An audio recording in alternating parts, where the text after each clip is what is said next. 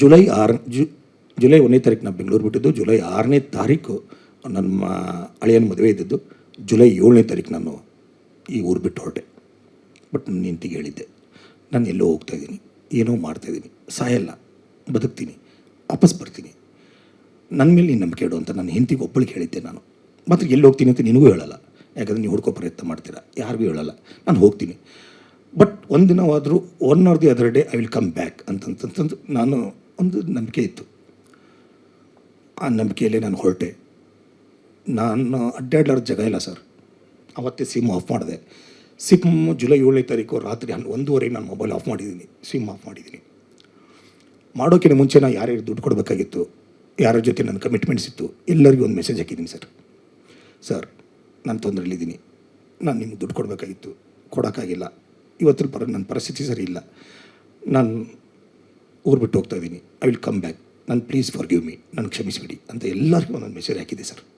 ಒಬ್ಬರನ್ನ ಬಿಟ್ಟಿಲ್ಲ, ಯಾರೋ ಒಬ್ಬರು ಮಿಸ್ ಆಗಿರ್ಬೋದು ಅಷ್ಟೇ, ಗೊತ್ತಿಲ್ಲ. ನಾನೊಂದು 20-23 ಜನ ಇರ್ಬೇಕು ಸರ್. ನಾನು ಕಮಿಟ್ಮೆಂಟ್ ಮಾಡ್ಕೊಂಡಿದ್ದು ಇಂಡಸ್ಟ್ರಿಯಲ್ಲಿ, ಅಂದರೆ 15 ವರ್ಷ ಸರ್ವೀಸಲ್ಲಿ. ಎಲ್ರಿಗೂ ಒಂದೊಂದು ಮೆಸೇಜ್ ಹಾಕಿದೆ. ಮೆಸೇಜ್ ಹಾಕಿ ಮೊಬೈಲ್ ಆಫ್ ಮಾಡಿಬಿಟ್ಟೆ. ರಾತ್ರಿ 1:30 ಯಾರೂ ಎಚ್ಚರ ಇರಲ್ಲ, ಯಾರಾದರೂ ನಂಗೆ ರೆಸ್ಪಾನ್ಸ್ ಮಾಡೋಕ್ಕಾಗಲ್ಲ ಆ ಟೈಮಲ್ಲಿ ಅನ್ನೋ ಒಂದೇ ಒಂದು ಧೈರ್ಯ. ಬಟ್ ನನಗೆ ಬೇರೆ ಆಪ್ಷನ್ ಇರಲಿಲ್ಲ ಸರ್. ಅಷ್ಟೊತ್ತಿಗೆ ಮೆಸೇಜ್ ಹಾಕಿಬಿಟ್ಟು ಮೊಬೈಲ್ ಸಿಮ್ ಎಸ್ಬಿಟ್ಟೆ ನಾನು. ಸಿಮ್ ಎಸ್ಬಿಟ್ಟು ಯಾವುದೋ ಒಂದು ಹರಿಯೋ ನದಿಯಲ್ಲಿ ಎಸ್ತಿಬಿಟ್ಟೆ ನಾನು. ಕುಂದಾಪುರದ ಹತ್ರ, ಅದನ್ನು ಹೇಳ್ತೀನಿ, ಕುಂದಾಪುರದ ಹತ್ರ ಒಂದು ನದಿ, ಅಲ್ಲಿ ಹೋಗ್ತಾ ಇದ್ದೆ, ಅಲ್ಲಿ ಎಸ್ತೆ. ಅಲ್ಲೊಂದು ದಿನ ಇದ್ದೆ. ಅಲ್ಲಿಂದ ನಾನು ಸೌದತ್ತಿ ಎಲ್ಲಮ್ಮನ ಬಂದೆ, ಎಲ್ಲಮ್ಮನ ದರ್ಶನ ತೊಗೊಂಡೆ. ಅಲ್ಲಿಂದ ನಾನು ಹಾಗೆ ನನ್ನ ಜರ್ನಿ ಸ್ಟಾರ್ಟ್ ಮಾಡಿದೆ. ಅಷ್ಟರಲ್ಲಿ ನನ್ನ ಫ್ರೆಂಡ್ಗೊಬ್ಬನಿಗೆ ಫೋನ್ ಮಾಡಿದೆ, ನನಗೆ ಹಿಂಗೆ ಆಗ್ಬಿಟ್ಟಿದೆ, ಪ್ರವೀಣ್ ಅಂತ. ಇವತ್ತು ಅವನು ಈಸ್ ನೋ ಮೋರ್. ಪ್ರವೀಣ್ ಅಂತ ಅವ್ರು ಗದಗದವ್ರು. ಅವ್ನು ನಂದೆಲ್ಲ ಒಂದು A to Z ಗೊತ್ತಿತ್ತು. ಅವ್ನಿಗೆ ಹೇಳಿದೆ, ಹಿಂಗೆ ಆಗ್ಬಿಟ್ಟಿದೆ ಕಣವ, ನಾನು ಊರು ಬಿಡು ಅಂತ ಪ್ರಸಂಗ ಬಂದುಬಿಟ್ಟಿದೆ, ನಾನು ಬಿಡ್ತಾಯಿದ್ದೀನಿ, ಸ್ವಲ್ಪ ದುಡ್ಡು ಕೊಡೋ ಅಂದೆ. ಕೊಟ್ಟವನು ಒಂದಿಷ್ಟು ದುಡ್ಡನ್ನು ಅರೇಂಜ್ ಮಾಡಿದೆ. ಆ ದುಡ್ಡನ್ನು ತೊಗೊಂಡು ನಾನು ಹೊರಟೆ. ಒಂದು 50,000ವರೆಗೂ ದುಡ್ಡಿತ್ತು ನನಗೆ. ಈಗ ಒಂದು 10-15 ದಿನ ಜೀವನ ಮಾಡೋಕ್ಕೆ ನನಗೇನು ತೊಂದರೆ ಇರಲಿಲ್ಲ. ಆ ರೇಂಜಿಗೆ ಹೋದೆ. ನನ್ನ ಕಡೆ ಒಂದು 50,000 ರೂಪಾಯಿ ಇತ್ತು. ಮದುವೆಗೆ ಬಂದ ಸ್ವಲ್ಪ ಖರ್ಚಾಗಿ ಒಟ್ಟು ಎಲ್ಲನೂ. ನಾನು ಕೊಲ್ಲಾಪುರ್ಗೆ ಹೋದೆ, ಸೊಲ್ಲಾಪುರ್ಗೆ ಹೋದೆ, ನಾಂದೇಡ್ಗೆ ಹೋದೆ, ನಾಗ್ಪುರ್ಗೆ ಹೋಗಿದ್ದೀನಿ, ಕಾಶಿಗೆ ಹೋಗಿದ್ದೀನಿ, ನಾರ್ತ್ ಇಂಡಿಯಾ ಎಲ್ಲ ತಿರುಗಿಬಿಟ್ಟಿದ್ದೀನಿ ಸರ್. ನಾನು ಒಂದೇ ಪ್ಲೇಸಲ್ಲಿ ಒಂದೇ ದಿನ ಒಂದಿಷ್ಟು ದಿವಸ ಇರ್ತಿದ್ದೆ, ಮತ್ತು ಬೇಜಾರಾದ ತಕ್ಷಣ ನಿಂತು ಕಡೆ ಹೋಗ್ತಿದ್ದೆ, ಬೇಜಾರಾದ ತಕ್ಷಣ ನಿಂತು ಕಡೆ ಹೋಗ್ತಿದ್ದೆ. ನಾನೊಬ್ಬ ಇಂಜಿನಿಯರ್. ನಾನು ಇಂಜಿನಿಯರಿಂಗ್ ಕಲ್ತಿರೋದ್ರಿಂದ ನನಗೆ ಸ್ವಲ್ಪ ಲ್ಯಾಂಗ್ವೇಜ್ ಪ್ರಾಬ್ಲಮ್ ಇರಲಿಲ್ಲ. ನಂದು ಹಿಂದಿ ಚೆನ್ನಾಗಿದೆ, ಇಂಗ್ಲೀಷ್ ಒಂದು ರೇಂಜಿಗೆ ಮ್ಯಾನೇಜಬಲ್. ಹೀಗಾಗಿ ನಾನು ಎಲ್ಲೇ ಕಡೆ ಜಾಬ್ ಮಾಡೋಕ್ಕೆ ನನಗೆ ಏನು ತೊಂದರೆ ಆಗ್ತಿರಲಿಲ್ಲ. ಎಲ್ಲಿ ಒಂದು ಟೂರಿಸಮ್ ಡಿಪಾರ್ಟ್ಮೆಂಟಲ್ಲಿ ಕೆಲಸ ಮಾಡಿದೆ, ಯಾವುದೋ ಒಂದು ಪೈಪ್ ಫ್ಯಾಕ್ಟ್ರಿಯಲ್ಲಿ ಕೆಲಸ ಮಾಡಿದ್ದೀನಿ, ಯಾವುದೋ ಒಂದು ರಿಯಲ್ ಎಸ್ಟೇಟಲ್ಲಿ ಕೆಲಸ ಮಾಡಿದ್ದೀನಿ. ಒಂದಲ್ಲ ಎರಡಲ್ಲ ಸಾವಿರಾರು ಕೆಲಸ, ಹೋಟೆಲಲ್ಲಿ ಕೆಲಸ ಮಾಡಿದ್ದೀನಿ, ರೆಸಾರ್ಟಲ್ಲಿ ಕೆಲಸ ಮಾಡಿದ್ದೀನಿ. ನನಗೆ ತೃಪ್ತಿ ಆಗೋವರೆಗೂ ಒಂದಿಷ್ಟು ಕೆಲಸ ಮಾಡ್ತಿದ್ದೆ. ಬೇಡ ಅನ್ನಿಸ್ತದೆ, ಇನ್ನೊಂದು ಜಾಗಕ್ಕೆ ಚೇಂಜ್ ಮಾಡ್ತಿದ್ದೆ. ಈ ಮಧ್ಯದಲ್ಲಿ ನಾನು ನನ್ನ ಮಿಸಸ್ಗೆ ಲೆಟರ್ ಬರೆದೆ, ನಾನು ಇದ್ದೀನಿ, ನಾನು ಹುಡ್ಕೋ ಪ್ರಯತ್ನ ಮಾಡಬೇಡಿ. ಮಿಸಸ್ಗೂ ಬರೆದೆ, ನಮ್ಮ ತಂದೆ ತಾಯಿಗೂ ಬರೆದೆ, ನಾನಿದ್ದೀನಿ, ನಾನು ಹುಡ್ಕೋ ಪ್ರಯತ್ನ ಮಾಡಬೇಡಿ, ಬರ್ತೀನಿ, ನಾನು ಆದಷ್ಟು ಬೇಗ ಬರ್ತೀನಿ, ನಾನು ಸಾಯಲ್ಲ, ಗೊತ್ತಿಲ್ಲ ನಾನು ಯಾವಾಗ ಬರ್ತೀನಿ ಅಂತ. ಬರ್ತೀನಿ, ನೀವು ಯಾವುದೋ ಕಾರಣ ಕೊಡ್ಕೋ ಪ್ರಯತ್ನ ಮಾಡುವಂತೆ ಒಂದು ಲೆಟರ್ ಬರೆದು ಹಾಕಿದೆ.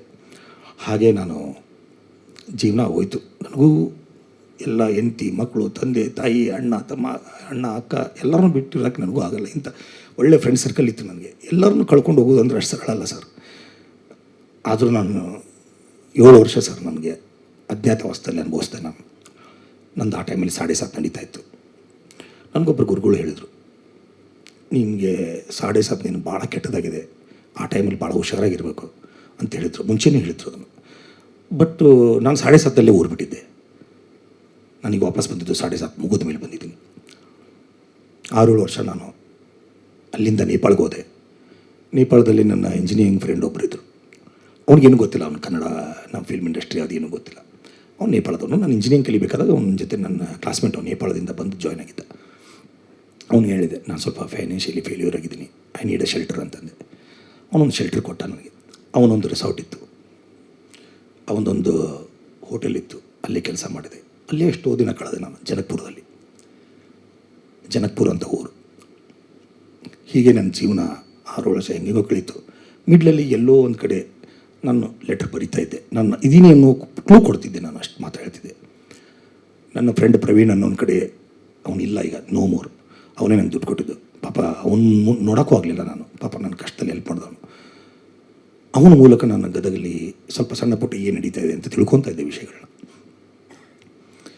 ಆಮೇಲೆ 6 ವರ್ಷ ಆಯಿತು ಸರ್. ಎಲ್ಲೋ ಒಂದು ಕಡೆ ಗಿಲ್ಟ್ ಕಾಡ್ತಾಯಿತ್ತು. ನಾನು ಬರಬೇಕು, ವಾಪಸ್ ಬರಬೇಕು, ಸಾಲ ತೀರಿಸ್ಬೇಕು, ಜನರ ಮುಂದೆ ಎಲ್ಲರನ್ನೂ ಹೋಗಿ ಭೇಟಿ ಆಗಬೇಕು. ನನ್ನ ಕಷ್ಟ ಹೇಳ್ಕೊಂಡ್ರೆ ಎಲ್ಲರೂ ನನಗೆ ಒಂದು ಅವಕಾಶ ಕೊಡ್ತಾರೆ, ಹೊಸ ಬದುಕು ಕಟ್ಕೋಬೇಕು, ಸೆಕೆಂಡ್ ಇನ್ನಿಂಗ್ಸ್ ಮತ್ತೆ ನಾನು ಪ್ರಾರಂಭ ಮಾಡಬೇಕು, ಕೈಲಿ ಆದಷ್ಟು ತೀರ್ಸೋಕ್ಕೆ ಪ್ರಯತ್ನ ಪಡೋಣ. 10 ರೂಪಾಯಿ ಕೊಡೋಕ್ಕಾಗಲಿ ಅಂದ್ರೆ 1 ರೂಪಾಯಿ ಆದರೂ ಕೊಡೋಣ. ಅವ್ರ ಮುಂದೆ ಇದ್ದರೆ, ಕಣ್ಣು ಮುಂದೆ ಇದ್ದರೆ ಅದರ ರೀತಿಯೇ ಬೇರೆ. ನಾನು ಹೋಗಿದ್ದ ತಪ್ಪಿದು, ನಾನು ಮಾಡಿದ ತಪ್ಪು ಅಂತ ನನಗೆ ಯಾವಾಗಲೂ ಕಾಡ್ತಾಯಿತ್ತು. ನಾನು ಏನೇ ಹೇಳ್ಕೊಬೇಕಂದ್ರೂ ದೇವ್ರ ಹತ್ರನೇ ಹೇಳ್ಕೊಬೇಕು, ರಾಯರ ಹತ್ರನೇ ಹೇಳ್ಕೊಬೇಕು. ನಾನು ರಾಯರನ್ನು ಭಾಳ ನಂಬ್ತೀನಿ. ರಾಯರೇ ನನ್ನ ಫ್ರೆಂಡ್, ಅವ್ರ ಮುಂದೆ ಕಷ್ಟ ಹೇಳ್ಕೊಬೇಕು ಅಂತ ಒಂದು ನೋವನ್ನು ಅನುಭವಿಸಿದೆ ಎಲ್ಲರನ್ನು ಬಿಟ್ಟು. ಇಷ್ಟರ ಮಧ್ಯದಲ್ಲಿ ನನ್ನ ತಂದೆ ತೀರೋದ್ರು, ಬರಲಿಕ್ಕಾಗಲಿಲ್ಲ. ನನ್ನ ತಾಯಿ ತೀರೋದ್ರು, ಬರಲಿಕ್ಕಾಗಲಿಲ್ಲ. ನಮ್ಮ ಅಜ್ಜಿ ತೀರೋದ್ರು, ಬರಲಿಕ್ಕಾಗಲಿಲ್ಲ. ನನ್ನ ಫ್ರೆಂಡ್ ಪ್ರವೀಣ್ ತೀರೋದ್ರು, ಬರಲಿಕ್ಕಾಗಲಿಲ್ಲ. ಒಂದು ಹಿಡಿ ಮಣ್ಣಕ್ಕಾಗಲಿಲ್ಲ ಸರ್. ಭಾಳ ಬೇಜಾರಾಯಿತು. ನನ್ನ ತಾಯಿ ಯಾವಾಗಲೂ ಹೇಳ್ತಾಯಿದ್ರು, ನೋಡು ಜೀವನದಲ್ಲಿ ನೀನು ಏನು ಮಾಡ್ತೀಯೋ ಗೊತ್ತಿಲ್ಲ, ಸುಖದಾಗ ಯಾವ್ದಾದ್ರು ಫಂಕ್ಷನ್ ಒಳ್ಳೆ ಫಂಕ್ಷನ್ ಇದ್ದಾಗ ಹೋಗಲಿಲ್ಲ ಅಂದರೂ ಅಷ್ಟಾಯಿತು. ಯಾರು ಸತ್ತಾಗ ಹೋಗಿ ಅವ್ರ ಕೊನೆ ಟೈಮಲ್ಲಿ ಅವ್ರ ಮುಖ ನೋಡಿ ಹಿಡಿ ಮಣ್ಣು ಹಾಕಿ ಬಂದರೆ ಅದರಲ್ಲಿ ಸಿಗೋ ಪುಣ್ಯನೇ ಬೇರೆ, ನೀ ಅದನ್ನು ಮಾಡಬೇಕು ಅಂತ ಹೇಳ್ತಿದ್ರು. ನಮ್ಮ ತಾಯಿ ಯಾವುದ್ರ ಮದುವೆ ತಪ್ಪಿಸಿಲ್ಲ ಅಂದರೂ ಯಾವ್ದು ಸತ್ತದ ಅಂದರೆ ಮೊದಲು ಓಡೋಗ್ಬಿಡ್ತಿದ್ರು. ಆ ಥರ ವ್ಯಕ್ತಿ.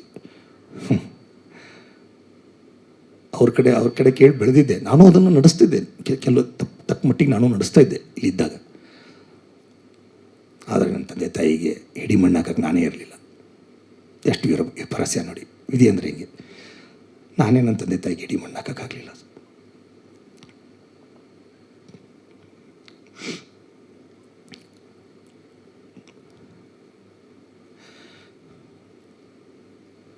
ಮತ್ತೆ ನನಗೆ ಇಲ್ಲಿ ಬರಬೇಕನ್ನಿಸ್ತು.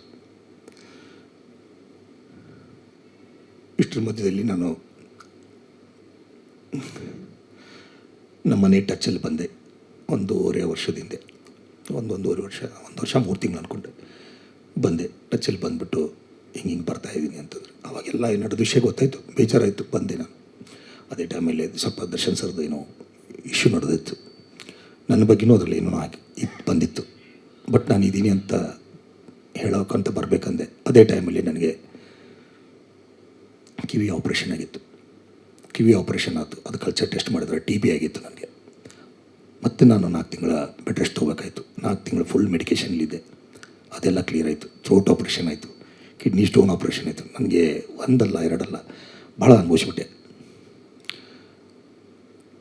ಅದಾದಮೇಲೆ ಸ್ವಲ್ಪ ಕ್ಲಿಯರಾಗಿ ನಂದು ಒಂದು ಕೇಸ್ ಇತ್ತು, ಅರ್ಜುನ್ ಸರ್ಜಾ ಅವ್ರದ್ದು.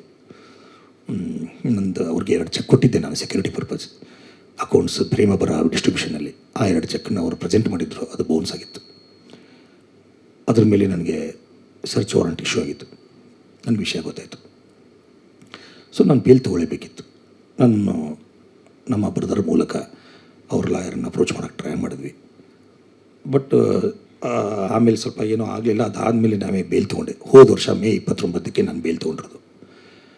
ಫಸ್ಟ್ ಟೈಮ್ ನಾನು ಬೆಂಗಳೂರು ಬಂದಿದ್ದವಾಗ. ಬೆಂಗಳೂರು ಬಂದೆ ಆಫ್ಟರ್ 7 ಇಯರ್ಸ್ ಆದಮೇಲೆ ಬೇಲ್ ತೊಗೊಂಡೆ. ಬೇಲ್ ತೊಗೊಂಡಾದ್ಮೇಲೆ ಇಲ್ಲಿಲ್ಲ, ಮತ್ತೆ ಹೋದೆ. ದಿನಕರನ್ ಭೇಟಿಯಾದೆ. ನನಗೆ ಅತಿ ಆಪ್ತರ ಅಂದರೆ ದಿನಕರ್ ಜೊತೆ ನಾನು ಹೆಚ್ಚಿಗೆ ಒಡನಾಟ. ಅವನ ಜೊತೆ ನಾನು ಹೆಚ್ಚಿಗೆ ಪಿಕ್ಚರ್ ಮಾಡಿರೋದು. ನನ್ನ ಒಳ್ಳೆ ಫ್ರೆಂಡ್ ಬೇರೆ.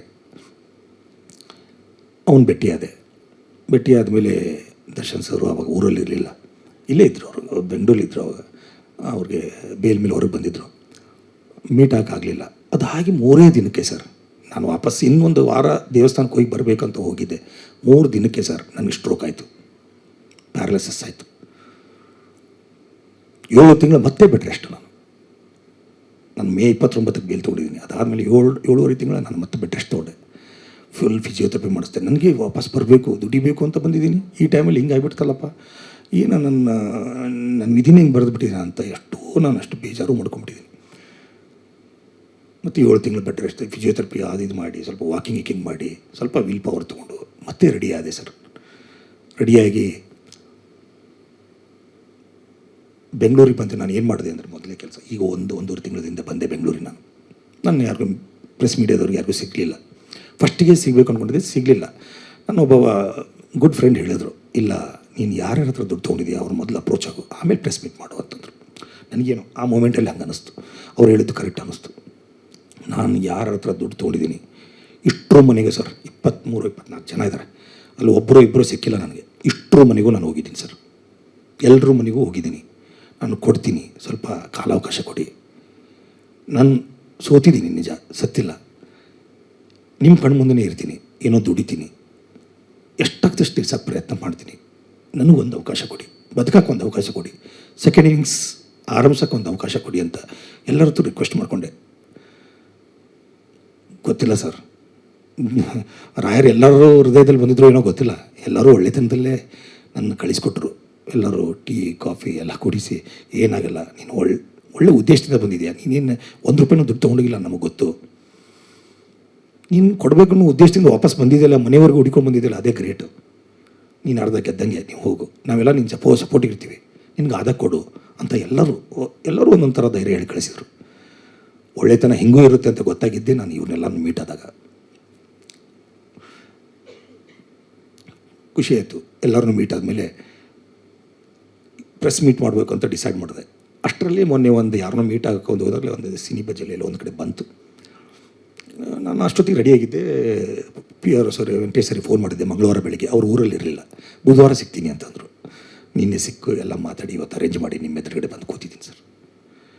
ನಾನು ಬೆಂಗಳೂರು ಬಿಡಬೇಕಾದ್ರೂ ಬರಗೈಲಿದ್ದೆ, ಇವತ್ತು ಬರಗೈಲಿದ್ದೀನಿ, ಏನೋ ಮಾಡ್ತೀನಿ ಅಂತ ಬಂದಿದ್ದೀನಿ. ನಿಮ್ಮೆಲ್ಲರದ್ದು ಸಹಕಾರ ಬೇಕು, ಸಪೋರ್ಟ್ ಬೇಕು. ಸೋತಿದ್ದೀನಿ, ಆದರೆ ಇನ್ನೂ ಸತ್ತಿಲ್ಲ, ಏನೋ ಮಾಡ್ತೀನಿ, 100% ಮಾಡ್ತೀನಿ. ಇಷ್ಟೇ ನಾನು ನಿಮ್ಮ ಕಡೆ ಕಳಕಳಿಯಿಂದ ಕೇಳ್ಕೊಂಡು ಸರ್. ನಾನು ಹೇಳಿದೆ ನಿಮಗೆ, ನಾನು ಒಂದೇ ಬಿಸ್ನೆಸ್ ಮಾಡಿರಲಿಲ್ಲ, ಹೋಟೆಲ್ ಬಿಸ್ನೆಸ್ ಮಾಡಿದ್ದೆ, ಮೈನ್ಸ್ ಬಿಸ್ನೆಸ್ ಮಾಡಿದ್ದೆ, ನಂದು ಸಾಫ್ಟ್ವೇರ್ ಕಂಪನಿ ಮಾಡಿದ್ದೆ. ಎಲ್ಲದಕ್ಕೂ ಪ್ರೂಫ್ ಇದೆ, ಬೇಕಂದರೆ ಎಲ್ಲದಕ್ಕೂ ಪ್ರೂಫ್ ಇದೆ. ಪ್ಲಸ್ ಸ್ಯಾನಿಟರಿ ವೇರ್ಸ್ ಬಿಸ್ನೆಸ್ ಮಾಡಿದ್ದೆ, ಮತ್ತು ಫಿಲ್ಮ್ ಡಿಸ್ಟ್ರಿಬ್ಯೂಷನ್ ಒಂದೂ ಅಲ್ಲ ಸರ್, ತೆಲುಗುನೂ ಮಾಡಿದ್ದೀನಿ, ಕನ್ನಡನೂ ಮಾಡಿದ್ದೀನಿ. ನಾನು ಮೊದಲ ಸಲ ಫಿಲ್ಮ್ ಪ್ರೊಡ್ಯೂಸು ಮಾಡಿದ್ದೀನಿ. ಮದುವೆ ಮಮತೆ ಕರೆಯೋಲೆ ಪಿಕ್ಚರ್ ಪ್ರೊಡ್ಯೂಸು ಮಾಡಿದ್ದೀನಿ. ಅದರಲ್ಲೂ one of the part producer ನಾನು. ಮದುವೆ ಮಮತೆ ತೂಗುದೀಪ ಪ್ರೊಡಕ್ಷನ್ ಮಾಡಿದ್ರು. ಎಲ್ಲ ನಾನು ಯಾವ ಕೈ ಹಿಡ್ದಿಲ್ಲ ಸರ್, ಒಂದಿಷ್ಟು ಪಿಕ್ಚರ್ ಕೈ ಹಿಡ್ದಿಲ್ಲ. ನಾನು ಹೇಳಿದ್ನಲ್ಲ ಸರ್, ನಾನು ಮುಂಚೆನೇ ಹೇಳಿದೆ, ನಂದು ಫೇಲ್ಯೂರ್ ಪರ್ಸೆಂಟೇಜ್ ಹೆಚ್ಚಿಗೆ ಆಯಿತು, ಪ್ರಾಫಿಟ್ ಪರ್ಸೆಂಟೇಜ್ ಕಡಿಮೆ ಆಯ್ತಲ್ಲ, ಹಿಟ್ಟಾಗಿರೋ ಪರ್ಸೆಂಟೇಜ್ ಕಡಿಮೆ ಆಯಿತು. ಅವು ಎಲ್ಲ ಸರಿ ಹೋದಾಗ ನಾನು ಸ್ವಲ್ಪ ಲಾಸಲ್ಲಿ ಹೆಚ್ಚಿಗೆ ಇದ್ದೆ.